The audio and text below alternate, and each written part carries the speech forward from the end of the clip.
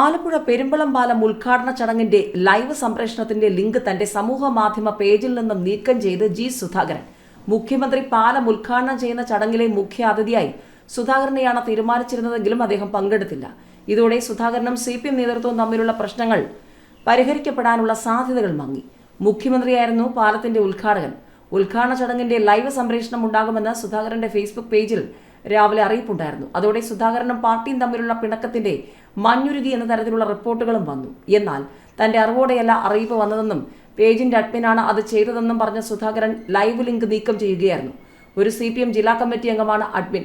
നേരത്തെ മന്ത്രി മുഹമ്മദ് റിയാസ് സുധാകരനെ പരിപാടിയിലേക്ക് ഔദ്യോഗികമായി ക്ഷണിക്കുകയും മുഖ്യാതിഥിയായി നോട്ടീസിൽ പേരും ചിത്രവും ഉൾപ്പെടുത്തുകയും ചെയ്തിരുന്നു. എന്നാൽ ആരോഗ്യപരമായ കാരണങ്ങൾ ചൂണ്ടിക്കാട്ടിയാണ് സുധാകരൻ വിട്ടുനിന്നതെന്നാണ് വിവരം. അതിനിടെ ആലപ്പുഴയിൽ പരിപാടിക്കെത്തിയ മുഖ്യമന്ത്രി പിണറായി വിജയൻ സുധാകരന്റെ വീടിന് സമീപമാണ് ഹെലികോപ്റ്റർ ഇറങ്ങിയത്. 9:45 കാർമൽ പോളിടെക്നിക് ഗ്രൗണ്ടിൽ ഹെലികോപ്റ്റർ ഇറങ്ങിയ മുഖ്യമന്ത്രി കുട്ടനാട്ടിലെ പരിപാടിക്ക് ശേഷമാണ് പെരുമ്പളം പാലത്തിന്റെ ഉദ്ഘാടനത്തിനായി പോയത്. മുഖ്യമന്ത്രി സുധാകരനുമായി സംസാരിക്കുമെന്ന പ്രതീക്ഷ ചില നേതാക്കൾക്കുണ്ടായിരുന്നു. പെരുമ്പളം പാലം മുഖ്യമന്ത്രി പിണറായി വിജയൻ ഉദ്ഘാടനം ചെയ്തു. 2016 ഇടത് സർക്കാർ വന്നതിനാലാണ് പാലം യാഥാർത്ഥ്യമായതെന്ന് മുഖ്യമന്ത്രി പറഞ്ഞു. റോഡ് ആരുടേതെന്ന തർക്കം ഒടുവിൽ ഓൺലൈനായി ഉദ്ഘാടനം ചെയ്ത് മുഖ്യമന്ത്രി.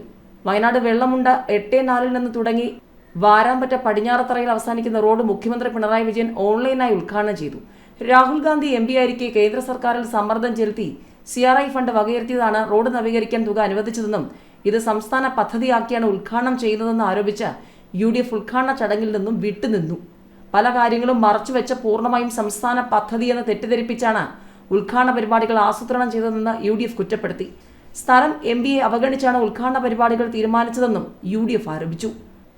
CPMനുള്ള ചോദ്യങ്ങൾ തീരുന്നേയില്ല. RJD അതൃപ്തി പരസ്യമാക്കിയിരിക്കുകയാണ്. 3 സീറ്റ് കൂടുതൽ വേണം, വാക്ക് പാലിക്കണമെന്ന് RJD. ഇടതുമുന്നണിയിലെ സീറ്റ് വിഭജനത്തിന്റെ ഭാഗമായി CPMുമായി നടത്തിയ ചർച്ചയിലെ അതൃപ്തി പരസ്യമാക്കി രാഷ്ട്രീയ ജനതാദൾ. നിയമസഭാ തെരഞ്ഞെടുപ്പിൽ 3 സീറ്റ് കൂടി ആവശ്യമാണ് സംസ്ഥാന നേതൃയോഗം ഉയർത്തിയത്. CPMുമായി നടത്തിയ ചർച്ചയിൽ തൃപ്തിയില്ല. കോടിയേരി ബാലകൃഷ്ണൻ നൽകിയ വാക്ക് CPM പാലിക്കണമെന്നും ഉഭയകക്ഷി ചർച്ചയ്ക്ക് തയ്യാറാവണമെന്നും സംസ്ഥാന നേതൃയോഗം ആവശ്യപ്പെട്ടു. PK ശശിയെ CPMിൽ നിന്നും പുറത്താക്കിയതിന് പിന്നാലെയുള്ള പരാമർശത്തിൽ പുലിവാല് പിടിച്ചിരിക്കുകയാണ് Mannarkkad area secretary NK Narayanankutty. തറവാട്ടിൽ പിറന്ന സ്ത്രീകൾക്ക് ഇനി CPM ഏരിയ കമ്മിറ്റി ഓഫീസിൽ കയറാമെന്ന ഏരിയ സെക്രട്ടറിയുടെ പരാമർശത്തിനെതിരെ വിമർശനം ഉയരുകയാണ്. നാരായണൻകുട്ടിക്കെതിരെ പ്രതിഷേധം പരസ്യമാക്കി ജനാധിപത്യ മഹിളാ അസോസിയേഷൻ പ്രവർത്തകർ രംഗത്തെത്തി.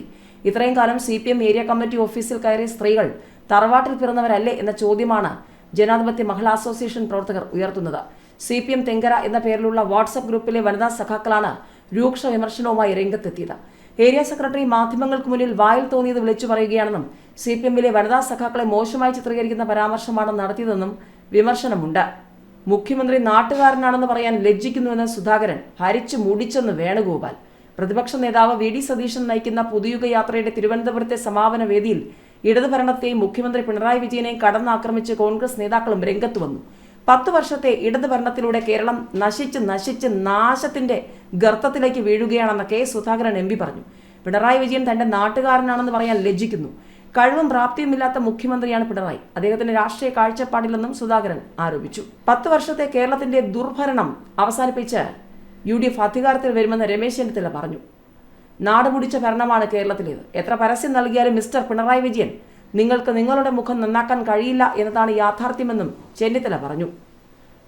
10 കൊല്ലം കേരള ജനതയെ ഭരിച്ചു മുടിച്ച സർക്കാരിന്റെ പടിയിറക്കം കാത്തു നിൽക്കുകയാണ് കേരളത്തിലെ ജനത ഒന്നാകിയെന്ന് KC വേണുഗോപാൽ പറഞ്ഞു. അവിടെ കൊണ്ടും തീർന്നില്ല.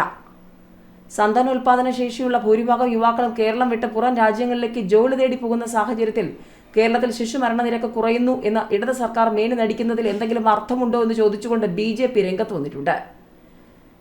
യാഥാർത്ഥ്യം ഇതായിരിക്കെ ഇത് പറഞ്ഞ BJP സംസ്ഥാന അധ്യക്ഷൻ രാജീവ് ചന്ദ്രശേഖരനെ ഒരു വിഡ്ഢിയെ ചിത്രീകരിച്ച് ജോൺ ബ്രിട്ടാസ് പോസ്റ്റ് ചെയ്ത വീഡിയോയ്ക്കെതിരെ കടുത്ത വിമർശനം ഉയരുകയാണ്. ശിശുമരണനിരക്ക് രാജീവ് ചന്ദ്രശേഖരനെ പൊളിച്ച് ജോൺ ബ്രിട്ടാസ് എന്ന തലക്കെട്ടോടെയാണ് ജോൺ ബ്രിട്ടാസിന്റെ ഈ ചതിയൻ വീഡിയോ പുറത്തുവന്നത്. ഇതിന് ഇടത് സൈബർ ഗ്രൂപ്പുകൾ വൻ പ്രചാരണം നൽകുകയും ചെയ്തു.